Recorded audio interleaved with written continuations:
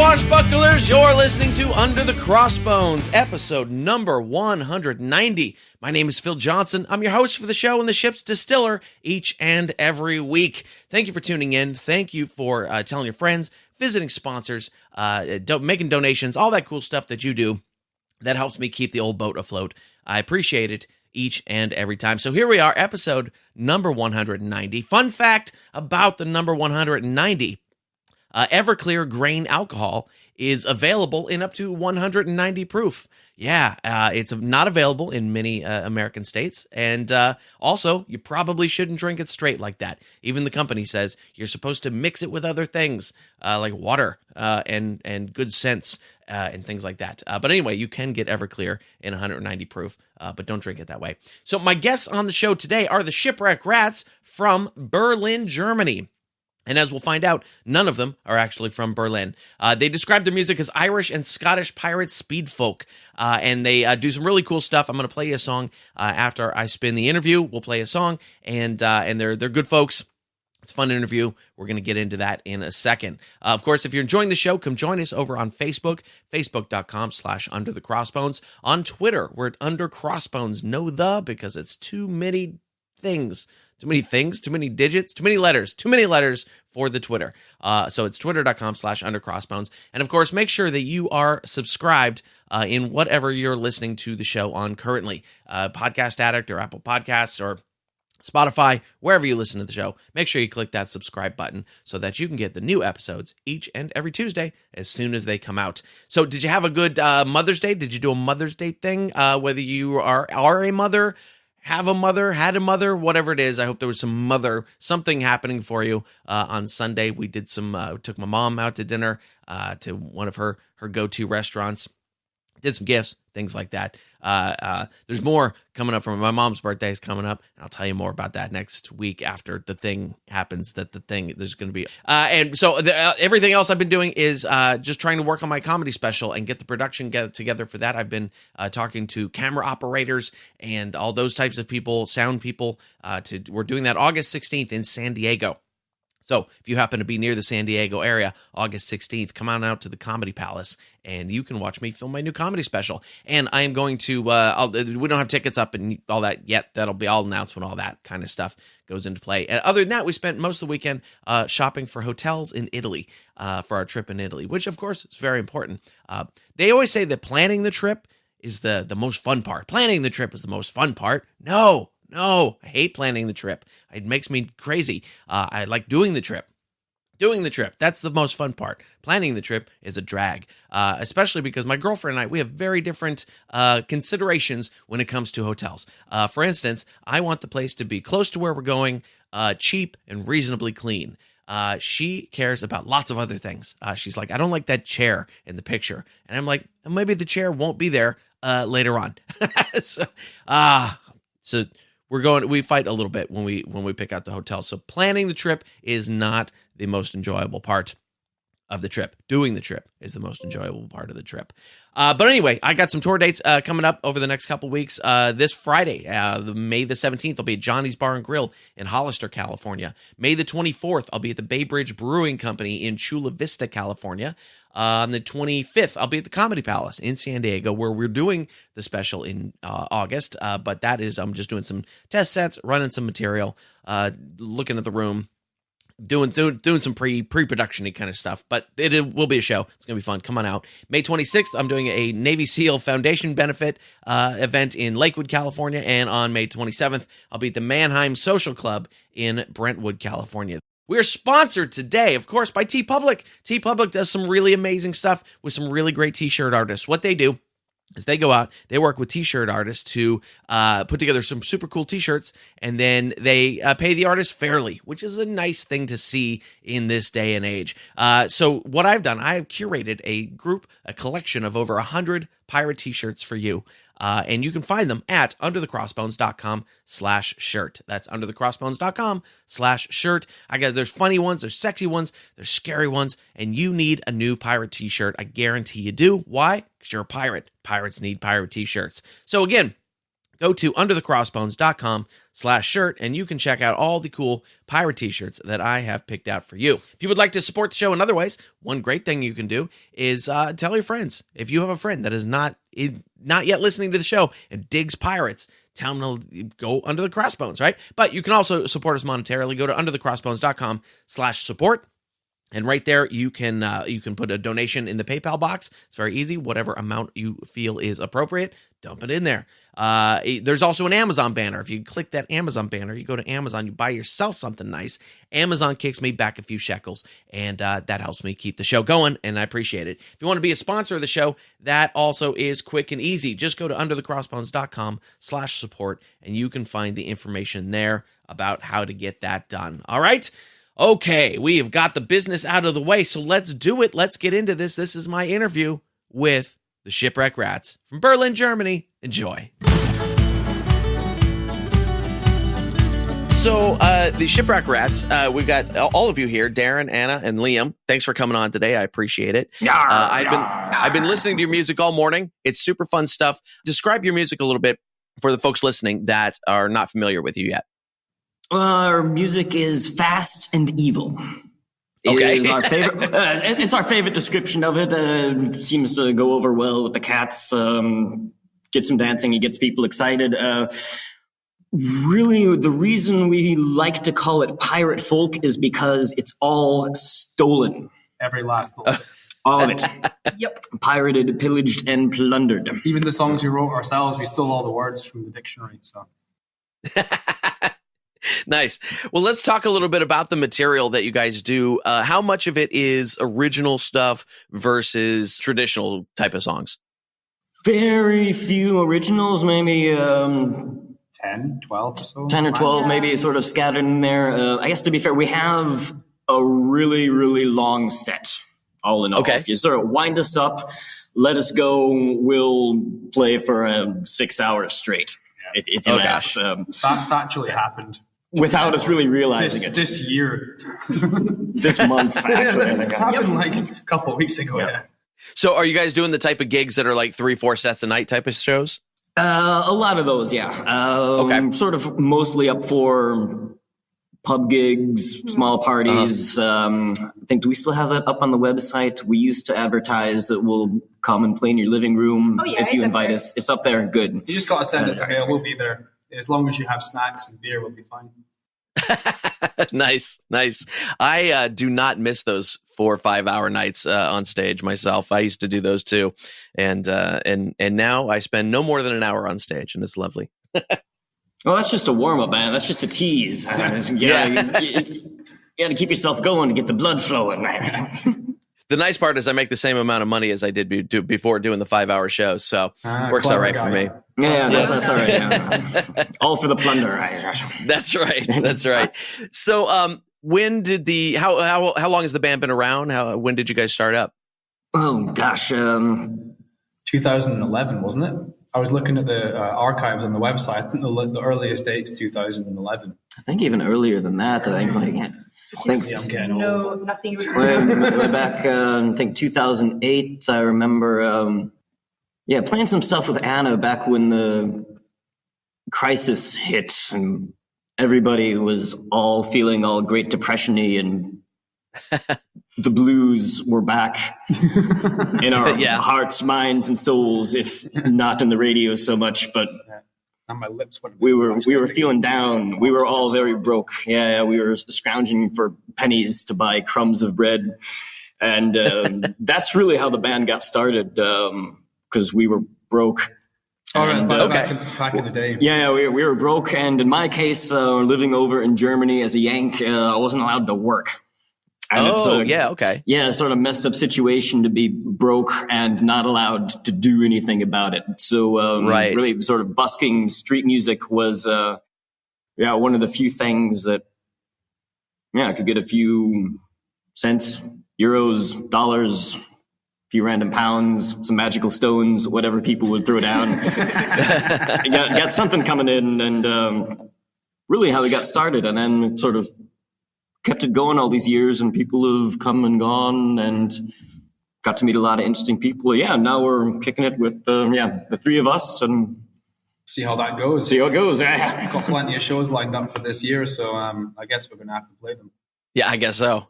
So I did notice that none of you are actually from Germany. How did you all end up there? I bought a plane ticket and got on the plane, and I never went back. Yeah, same. I consider myself to be like a political refugee of sorts, and that's enough to keep me here. I haven't gone back, so that's me. Yeah, it sort of fits with our concept of the band, too. It's sort of a bit of a life raft for random expats floating through Berlin looking to play folk music and have a good time, and it's been serving us well so far. I've been having a good time for almost 9 years now. Yeah, it's pretty decent. Happy. Interesting. Yeah, good times. So Scotland and Sweden are not a far cry from Germany. Darren, what was your journey there? What made you go to Germany? And the first place I came over as an exchange student.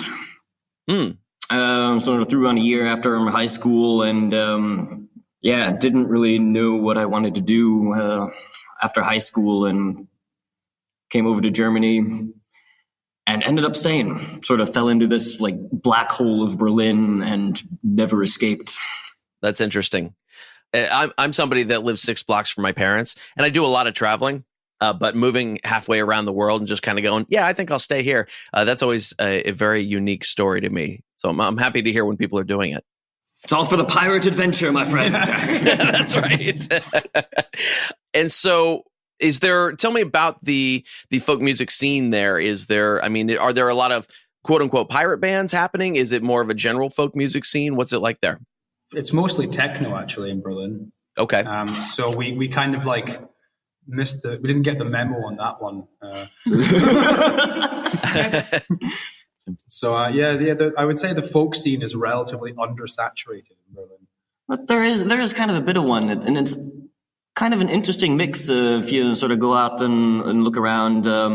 There's a few Irish musicians floating about, and it's sort of how I met some of the people we used to play with through the years, through the Irish sessions, and it's not a whole lot of them, so it's sort of easy scene to get to know everybody in pretty quickly. Yeah, right.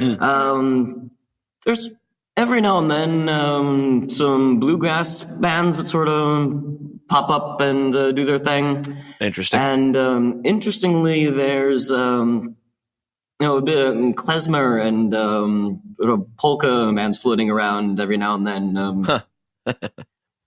But strangely, we end up, guess in the folk music scene, what you end up having is a lot of medieval music mixed with metal.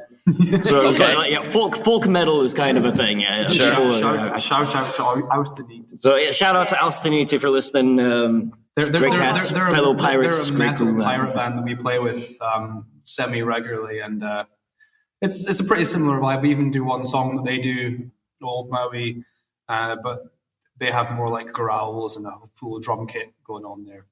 Okay. It's still good stuff. So there's a lot of cross-genre stuff, I think, as well. Like Darren said, there's a lot of medieval sort of interest, or a lot of interest in medieval culture and medieval music and stuff. So we sort of also haphazardly fall into that category. And how do those folk metal audiences take to what you guys do? Surprisingly, like we go to these metal gigs and like we're the only non-metal band, and all the long-haired beardy guys love it.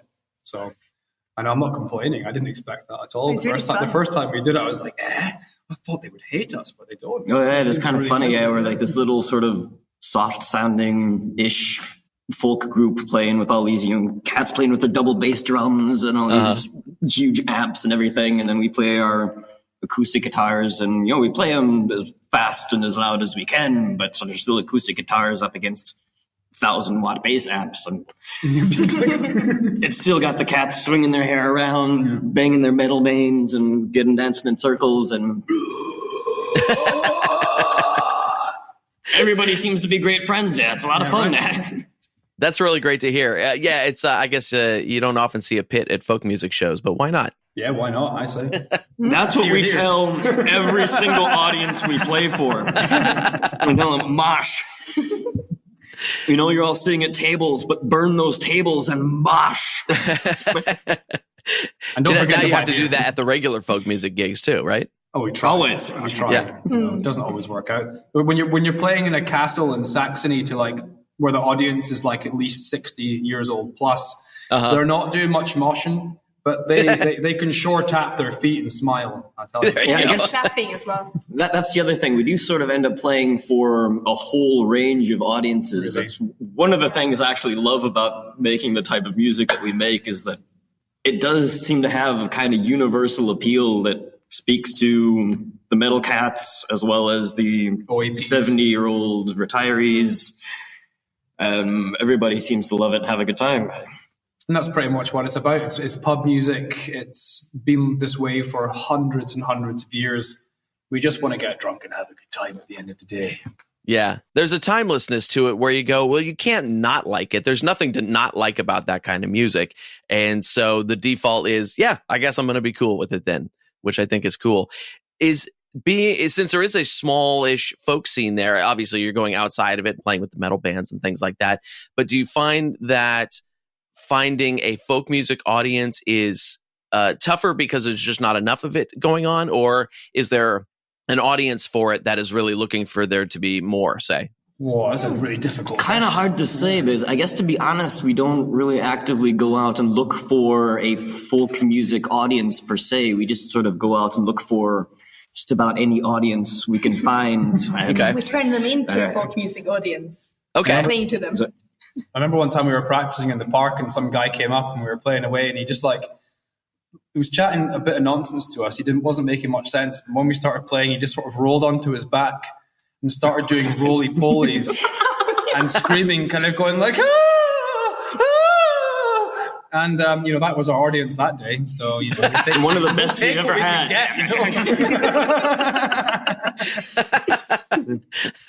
That's funny. I have, I was at a pirate festival last year and there was a very traditional pirate folk band on stage and two dudes in the front row breakdancing for their entire set. And that was the first time I'd seen that. It kind of reminded me of that. But it was fun. Write that down. Break dancers. Get break dancers. Right. Make some notes. Actually, yeah. If we can't get the zombie Irish step dancers that I've been looking for, we should go with break dancers.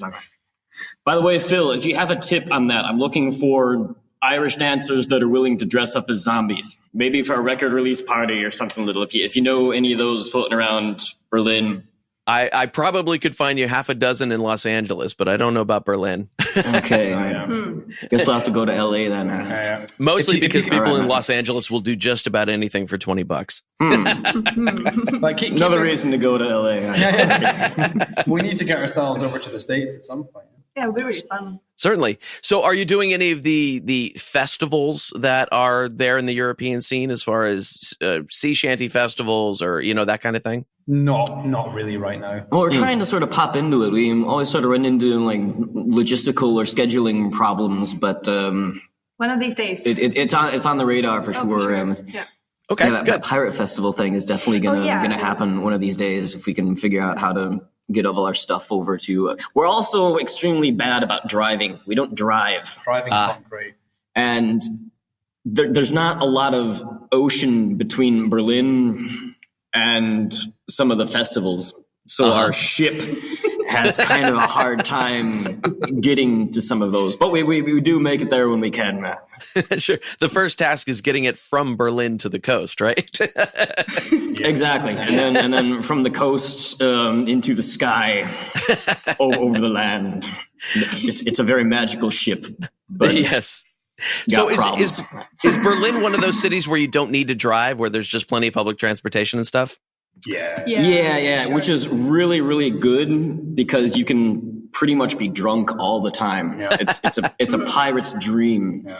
Alcohol is very cheap here as well, which is lovely. And that helps. Those go hand in hand, public transportation and cheap alcohol. You can even sleep on the benches there on the tram. It's great. Oh, yeah, they're very padded and comfortable. Hey, man, vagrancy here is not looked down upon too strongly, so it's fine. There you go. So how many releases have you guys put out? How many albums? I was listening to all the SoundCloud tracks you have on your website this morning. Yeah, because we did the SoundCloud tracks. The last ones of those were ages ago. Then we sort of recently, I guess last year is when we put out the EP. Yeah, that was the Tales from the Boneyard was last year. And I guess the one coming up, Murder and Magic, is going to be our third release, I think third, yeah. Sort of first sort of semi-official album, I guess. I'm not really sure how to call things a release or an album or an EP or any of that in this modern internet age. Hard these days. Like, yeah. Do you release a CD? No one's going to buy a CD. Do you give them MP3 download codes? No, because they can listen to it for free on Bandcamp. What's the point? Where'd you go from here? I don't know. Yeah, the album has lost its meaning in a lot of ways. I do the same thing. I release singles every so often, and then every few years I put out a comedy special. But other than that, the album is almost. I've even seen pretty larger names only doing single track releases and little 2 and 3 song EP type of releases and things like that too. So that makes sense. So is Murder and Magic then going to be like a full length album then, or a full length release? We'll call it. Well, it's 13 tracks, right? No, it's 13 tracks. I think we figured it out. It's about 50 minutes long. So if we were to put it on an actual vinyl album, it would be the perfect length for filling up 2 full sides. There you go. So sure, that counts. I think at some point we're gonna decide on a date to release it, and we'll probably organize a gig and have a party and invite everybody, and we'll be like, this is now official.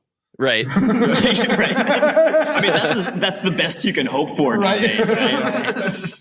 So tell me about the development process that you would take some of these songs through. How do you decide which material you're going to do, and then what do you do to it to make it a Shipwreck Rats version of it? That's also a good question. That's an excellent question. That's the best damn question we've ever been asked. I would like to first respond by saying that Darren is basically a human jukebox. Okay. And probably has about 20,000 songs in his head. So he'll be like, hey, have you heard this one? And he'll start playing, and the rest of us will sort of play along, and we'll just kind of hash it out that way. Usually the more we like the song, the more energetic it is, and the less we like it, the less we tend to play it. But at some stage we'll end up playing that song anyway. Don't know. We don't really sit down and work too hard. We just kind of play it out, don't we? Yeah, we work hard, but not on the actual. That's pretty much how it works, because I think right now we are living in a new golden age of piracy. So maybe not piracy for gold, maybe not for silver or silk. Pearls? Maybe we can get you some pearls, but the real booty that is hanging out there, pearl necklace, is information, entertainment. And there's so many ways to find so many great songs and material to work with that it's so easy to access right now, just from floating around YouTube. You always got the sessions. I love especially picking up new songs at sessions and just jamming with other people. And that feels like a more authentic way to learn new songs. For me, is just straight from other people and showing them or having them show you how a song is set up. And then there's excellent ways to go out and research that yourself with the internet nowadays, or even one of the things I like doing is sort of combing through some of the old collections, like Alan Lomax and bits like that, and finding all these old recordings from the very first days of recordings even being possible, and picking up some of these things that were floating around way back then and trying to brush those up and make a sort of modern, energetic version out of some of that old material. And I guess just sort of piece it together so that it sounds cool to us, fit the melody up so that it sounds cool to us. Then we played faster. Throw some chords in that make it sound cool, and then scream it as loud as we can and play it as fast as we can. Okay. Yeah, nice. It's one way to do it, I guess. Yeah. I mean, that's pretty much how it's always been. I mean, just try and keep it energetic and up-tempo as far as possible. And if people look like they're getting a bit sweaty and tired, then we'll maybe play a couple of sad songs so they feel all, emotional and stuff. And then we'll kick right back in with some faster stuff or whatever. Yeah, we should sort of go for quantity over quality. if we're being perfectly honest about this, we just figure if we learn a whole lot of songs, that hopefully one or two of them might actually be good. So then in whittling the tracks down for this next release that you're putting out of the 20,000 songs in Darren's head, how did that narrowing down process go? Was it just, hey, we like these 10 songs the best, or was there some that didn't make the cut? No. They're all going to be recorded at some point. They're all going to get on there at some point. And quite often we'll play like a show, like a 3-set show. And then the next day we'll be like, oh, which songs didn't we play? And then we make the set for the next night out of the songs we didn't play the night before. Okay. So that maybe gives you a sort of impression as to the repertoire, as it were. Yeah, I think for the new collection, for the Murder and Magic collection, we just sort of started recording some of the songs we had in the set. I guess the whole recording thing sort of started. We sort of got this new practice room. Okay. About when did we get the room? Like about a year ago, year and a half ago. So it's fairly new. I mean, before that, we used to practice at my house, our living rooms, at Liam's place, to practice at my place for a while, and then we got this practice room, and it's kind of surrounded by metal bands. We have like it's a whole building full of metal bands and techno heads, floors, yeah. And like. On 3 sides of us, there's a metal band. On the 4th side, there's a drum school. So it's not very conductive to maybe acoustic folk music. Yeah. Sure. But you can make crappy recordings in there. Yeah, sure. Yep. Which we love to do. So we've been setting up like the room as a little studio, and I sort of discovered a new side of piracy that I really like. Is instead of buying really expensive studio equipment, building studio equipment for less. Okay. By stealing the designs from various online sources. Okay. Darren spends a lot of time alone tinkering with electronics, basically. I spend a lot of time cursing electrons. And screaming at the components, bending the current to my will. Did you have any sort of background in electronics that enables you to do that, or are you just kind of hacking away at it and figuring it out? I have shocked myself many times. True story. And so what kind of, what does your recording gear look like? You're probably, I imagine you're not using a reel-to-reel or anything. Is it sort of, laptop-based digital recording that you're doing? Entirely. Actually, we do have a reel-to-reel, which is great for tape delays. I do like using a tape. Actually, you're playing Captain Ward maybe later on. I hear. Yes. That's right. Yep. You probably won't notice it at all, but I used the tape delay from a reel-to-reel on that recording. Okay. True story. Mm-hmm. Nice. I'll listen to it again and listen for that. So, and what else we got? I like tubes. Okay. Every musician that's in like stuff made of tubes loves tubes. Sure. So we made it. Most of us don't know why. We just know we like tubes. Exactly. Right. They glow, man. You plug them in, you turn it on, and they have like little orange fire underneath them. So I always wanted a tube mic preamp, so we built a tube mic preamp, then a tube compressor that has like 5 tubes. Okay. So it's like a lot of little glowing bits inside. It sounds weird, but it doesn't explode. Okay. so we're happy with it. It's the best you can hope for. Yeah, and then just other sort of random bits and bobs and a couple preamps and compressors and little bits like that. And then Darren's basically building a little space station. It looks like a sort of very hacky space station in there these days, actually. Well, just put a bunch of LEDs in there and everything. So you got like little lights and switches that turn on things. Very, very exciting. Things that beep randomly. Exactly. Yeah. That's great. That's very cool. I would never even think of it. I am go to the store and buy something guy for my studio. I would never even consider putting something together out of scraps and bits. But I think that's fantastic because you probably get a way more unique sound out of it than if you just went and bought some Alesis reverb or something. Oh, it's unique. Probably, yeah. It's definitely unique. Oh yeah. The plate reverb we built out of the shelf and that broken you mean cymbal. The plate reverb that you built? Because you stole the symbol. You pirated that. I inherited the symbol. Sure, semantics. Liam scored a symbol. Okay. Hell yeah! And we turned that into a plate reverb. Interesting. And by we, he means he. Yeah. With your pirating assistance. I'd just like to state for the record that I'm only good at being a pirate when it comes to electrons. I just like to take them out for walks or, talk to them quietly. He's also good at being a pirate when it comes to stealing things. Yeah, stealing. I like to see it as winning, actually. I like to win things when I go out. So, He won a great prize that day. Nice. I'm trying to picture this, what it would sound like using the symbol plate reverb. Is it a crash or is it a ride symbol? It's a little thin crash, or is it even like a hi-hat? I think it says like crash/ride or something. Yeah. It's one of those in-between things, and it's bolted to a metal shelf thing. Yeah. Okay. Interesting. Okay. I can picture what that would sound like. That's very cool. So do you have a release date in mind yet for the album? Yes. The future. The future. We were just talking about that. We're like 28 minutes into this. We were just talking about this very question about 29 minutes ago.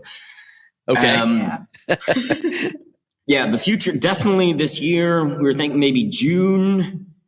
Not quite sure if we can guarantee we can get our shit together by June. It's only like a month or so, 2 away. But definitely before Christmas. Yay! There it is. All right. That is a very concise timeline. That's how we roll, man. It's the pirate's way. I like it. You have to go with the winds. That's right. I think with like an indie release kind of thing like that, it's more flexible in when you can put it out. You can, because it's not going to necessarily have like a big blast of publicity right at the beginning. That's something that has to build later on. So you can almost put it out whenever you want and then build it from there rather than try to have some big blowout release day. Oh, absolutely. That's the way I approach it. I mean, we would love to sit here and say, yeah, man, we got the record company breathing down our necks. They're really honest to get this out. They want the single to be tight. But that's just not the case. No. That's just not how it's happening, man. Not unless you do some sort of EDM pirate folk mashup, then maybe the record labels will come running. BDSM sounds about right. Well, that's a whole different type of pressure. Oh, really? Oh, sorry. Wrong meeting. It's all the rope. It's all the ropes on the ship, man. It just gets me a bit distracted. You see.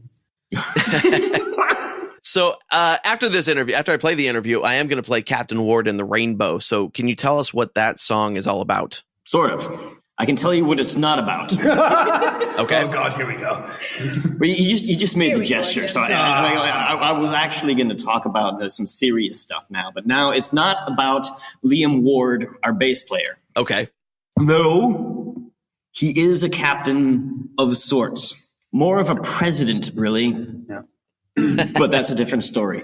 Okay. Actually, Captain Ward and the Rainbow was a plunder from Anna, actually. You found that one. I went down and said, this is a really cool song, and we should check it out. Yeah. And we did. And it's an awesome song. Mm-hmm. So we checked it out. And we got to mash it with a really, really awesome tune that we've been looking to mash something with. Superfly. Well, yeah. Superfly is the name of the tune that we throw in the middle. That's one thing we like to do, is sort of take little bits from different sources, like tunes, traditional Irish tunes, or actually more of a modern traditional folk tune, but sort of mash that with a song that it fits well with. And that's what we did in that case. And from what I understand, if Wikipedia is not lying to me, which I'm sure the internet would never lie to anyone ever in any circumstances whatsoever. Captain Ward was a real captain of an actual ship. And the version of the song we do is, I guess, one of many versions that are out there. It's one of the old ballads that exists in all sorts of different versions of various lengths, including and excluding certain details. And apparently it tells the epic and timeless story of the murderous sea captain who didn't get the memo. Okay. That, hey, you can't plunder anymore. Yeah, you have to have a license. He killed somebody like 2 months or so before he found out that he wasn't technically supposed to kill that person anymore. Got it. Okay. If he had killed him like a couple of weeks before, it would have been fine. Different policies, different politics. News takes a bit of time to travel by sea. They didn't have ravens yet, like in Game of Thrones. Sure. That technology wasn't quite around. So he was a little late, killed the wrong dude. So the king said, "Nah, that's not cool. That's not going to fly." I'm not sure which king. You'll have to ask. You've interviewed like tons of historians, like pirate specialists and everything. Yep. Have any of them mentioned or gone into great detail about the story of Captain Ward? No, they have not. That's a shame, because I really feel like I should know way more about this than I actually do. but do go on, since this is the first time this has ever been on air on this program. You might as well, I guess. Apparently, he wasn't too bad at the whole pirating thing, or just the whole sea captainy thing. It was blurred lines back in the day. Sure. Pirate, privateer, swashbuckler, filibuster, buccaneer, dudes with boats and cannons. And Captain Ward had both. So the king sent a ship after him, said, "Go take care of this swashbuckler / filibuster / pirate." And Captain Ward said, "No, this isn't cool, man. I didn't get the memo. I tried. I'm really sorry. It should have played out differently, but since you're after me to kill me, I'm going to kill you first." And he did. Okay. It's a great story and a great song. Good story. Good story. All right. I love story time. Well, I guess, it all worked out for him in the end. I mean, he beat off the king, went off to Africa, and died of syphilis in a ripe old age. So he lived the life of a true pirate king. He beat off the king. Beat him off.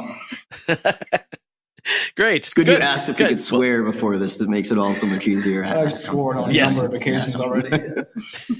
Perfectly okay. Cool. Great. Well, I'm going to play the song right after. Where's a good place online for people to keep up with what you guys are doing? We should say the website and address in unison. Should we say? Oh, well. www.shipwreckrats.com. Yeah. Fantastic. It's like you've played together before. Also on Facebook and Instagram. Okay.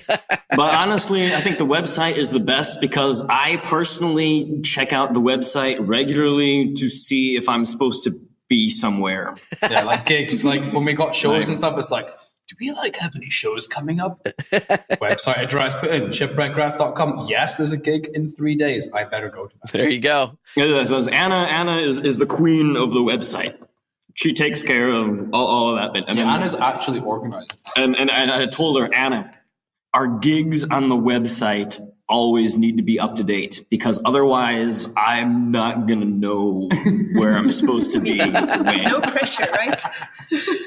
True story. It's funny because it's true. And it's absolutely true. So, I mean, we try to, collaborate on things and discuss these and make sure that the dates are up in advance. Yeah. That we all try to think about them, but that's our primary source of information. Excellent. About ourselves and for ourselves. I've been known to look at my own site to find out where I'm supposed to be too. It's very convenient this morning. Yes. Great. Well, I'll make sure that's all in the show notes, and we'll send some people over there to check it out and to listen to your new release when that is available sometime between now and next century. And it'll all be good. That's right. Thank you all for coming on today. This was really fun. Great. Thanks for having us. Thanks for putting up with our banter. Thanks for the banter. Do you know what banter means? My pleasure. Is banter a British thing? Banter's a British thing. Is it? I get confused now. I'm hanging out with all these Scottish people has mashed my English into some weird bastard version of... Banter just means crack, just so you know. Do you know what crack means? I know what you're thinking right now, Phil. Yeah, you go out and smoke some banter. I'm so high on banter right now, I can't even see. And there it is, friends. That was my interview with the Shipwreck Rats. I hope you enjoyed it. You can find them online at shipwreckrats.com, spelled like it sounds. What'd you like? What'd you learn? Did you hear someplace where you wanted to chip in on the conversation? You can do that, and I invite you to do so. Come on over, join us on Facebook, facebook.com/underthecrossbones. There'll be a thread there for this episode, and you can pipe up, chip in, and talk it up, and we'll do it. You can also find the show notes for this episode at underthecrossbones.com/190. That's underthecrossbones.com/190. We are going to hear a song from the Shipwreck Rats called Captain Ward and the Rainbow. That is the song that we were discussing in the episode. But first, we're sponsored today by Pirate Radio, the Treasure Coast. Yeah, WKKC-DB, playing the best music of today's hits and yesterday's classics, and Pirate Radio Talk, playing the best pirate talk shows, including Under the Crossbones, 24/7, all commercial-free, and it's just for you. To listen, go to pirateradiothetreasurecoast.com or pick up the Pirate Radio WKKC-DB app, your favorite app store. That's for the music station. Or for the talk station, go to pirateradiotc.com or pick up the Pirate Radio Talk app in your favorite app store. And you can also ask your Google and Alexa devices to play for it. Just go say, ask Alexa, however you ask Alexa to do a thing, or say your OK Google thing, and you can ask it, play Under the Crossbones, play Pirate Radio, the Treasure Coast, and it will obey your command. Why? Because it's listening to everything you say. I'm not sure about that. All brought to you by iTreasure Radio, the very best digital media from independently owned stations at iTreasureRadio.com. Okay, song time. So during the interview, we talked about that song, Captain Ward and the Rainbow. And that is the song that we are going to hear today. Not only that, I will also, in the show notes, link the Wikipedia article to that song so you can read up a little more about it, all right? So you can hit the show notes under thecrossbones.com/190. But right now, let's hear it. It's a world premiere track from the Shipwreck Rats. This is Captain Ward and the Rainbow.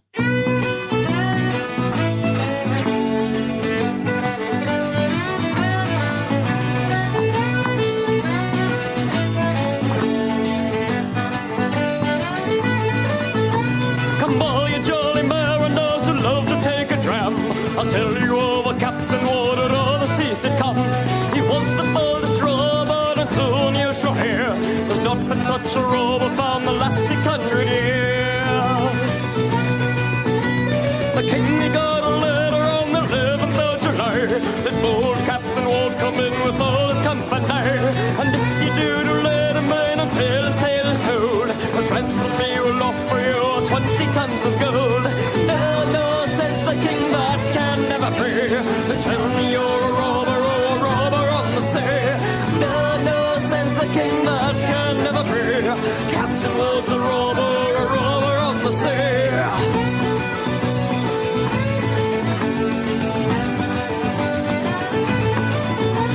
The king, he has provided a ship of noble fame called the Royal Rainbow, if you would know her name. And she was well provided for as any ship could be, with 400 mariners to guard the battleship way. And when the Royal Rainbow came, where Captain Ward did lie, who is the master of the ship, the Rainbow's crew did cry. The same members of Captain Ward, ashamed I'll never be.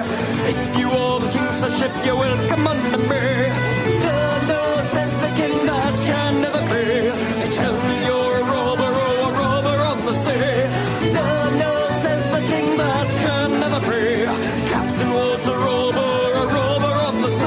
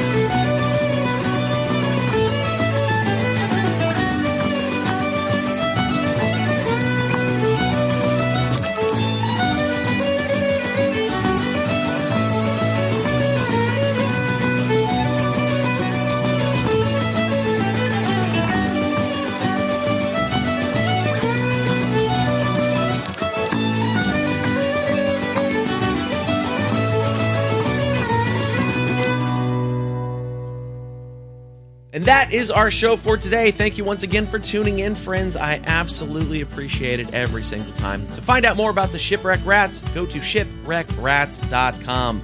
And of course, you can find all the show notes for this episode at underthecrossbones.com/190. Got some amazing guests coming up for you. Next week, we're going to talk to Trevor Etienne, who you know from Pirates of the Caribbean, the first Curse of the Black Pearl. Can't talk today. Curse of the Black Pearl. Trevor's going to be on next week. And we had a great discussion. You're going to really enjoy that one. After that, Rebecca Harris of Silverella will be on. And the week after that, Eric Mueller of Pirates Press, right there in Emeryville, California, will be on. If you have a suggestion for a guest, yourself or somebody you'd like to hear on the show, somebody you know who might be cool on the show, I am always open to suggestions. Send me an email at phil@underthecrossbones.com and let me know who you would like to hear on the show, and I will try to make it happen. With all my heart, definitely will. Thanks again. See you next week.